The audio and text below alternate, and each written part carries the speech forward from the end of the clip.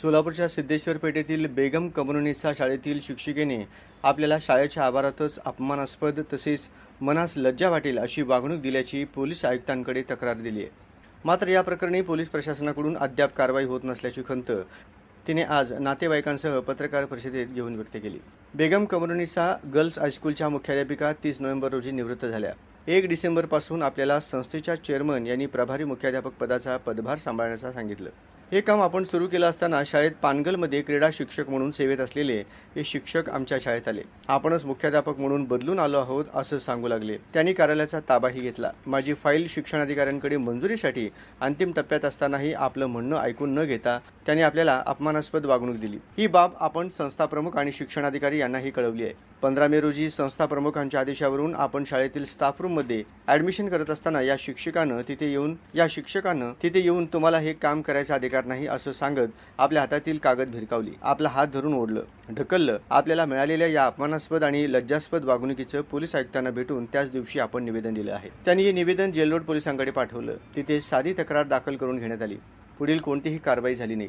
एका शिक्षिकेला अशी अपमानास्पद वागणूक मिळाली असताना तशी रीतसर तक्रार करूनही पोलीस आणि शिक्षण प्रशासन तसेच संस्था प्रमुख भग्याच्या भूमिकेत का घेत आहेत असा सवालही या महिलेने आणि तिच्या नातेवाईकांनी केला आहे। मी आफरीन हजरत बिलाल लालकोट, राहणार सोलापूर, बेगम कम्युनिसा कारीगर girls high school and junior college सोलापूरमध्ये असिस्टंट टीचरवर काम करत आहे।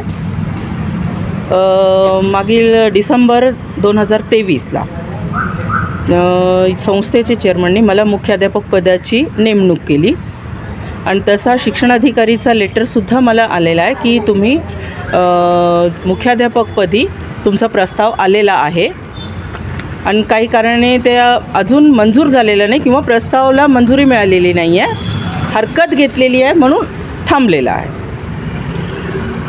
या 6 महिन्यामध्ये मोहम्मद अली शेख MA पानगल अँग्लो उर्दू हायस्कूलमधलं क्रीडा शिक्षक 6 महिन्यापासून मी मुख्याध्यापक आहे म्हणून आमच्यावर बळजबरी करत आहे किंवा त्रास देत आहे।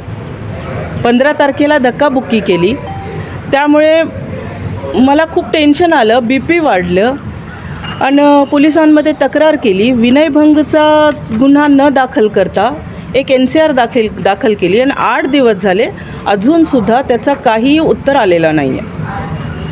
हा प्रशासनिक काम किंवा पोलिसांचं काम हे जर असंच चालत असेल तर आम्ही महिला काम करू शकत आहोत किंवा स्वतःला सुरक्षित मानू शकतो का? अशा परिस्थितीत मी शाळेत जाऊ शकते किंवा मला झालेला मानसिक त्रास जेव्हा तो समोर येईल मला असं वाटेल की हा परत काहीतरी माझ्यासोबत करेल, ही दहशतसुद्धा माझ्यात आहे।